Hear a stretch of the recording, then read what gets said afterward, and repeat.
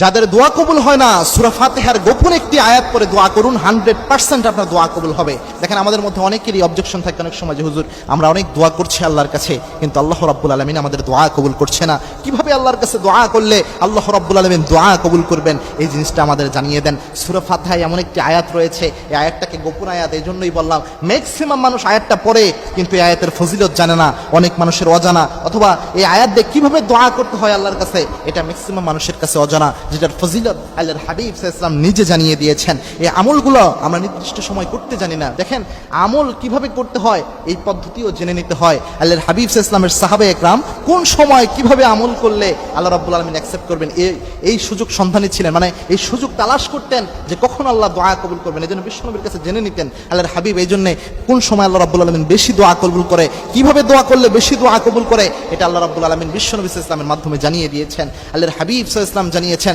সূরাতুল ফাতিহার এমন একটি আয়াত রয়েছে, এবং সূরাতুল ফাতিহাকে বলা হয় সূরাতুশ শিফা, সকল সমস্যার সমাধানের মূলক একটি সূরা হচ্ছে সূরাতুশ শিফা। এই সূরা ফাতিহার অসম্ভব ফজিলত হাদিসে রয়েছে। আল্লাহর হাবিব সাল্লাল্লাহু আলাইহি ওয়াসাল্লাম এই সূরা ফাতিহার অসম্ভব ফজিলত বর্ণনা করে গিয়েছেন। এই সূরা ফাতিহা নামাজের মধ্যে দাঁড়িয়ে বান্দা যখন পাঠ করতে থাকে, বান্দা যখন নামাজে দাঁড়িয়ে সূরা ফাতিহা পড়ে আলহামদুলিল্লাহি রাব্বিল আলামিন এটা যখন বলে, আল্লাহ রাব্বুল আলামিন ফেরেশতাদের ডাক দিয়ে বলেন, ফেরেশতারা তাকিয়ে দেখ, তোরা আমাকে এই বান্দাদের সৃষ্টি করতে নিষেধ করেছিলি, এবার তাকিয়ে দেখ, হামিদানি আব্দি, আমার বান্দারা আমার প্রশংসা করেছে।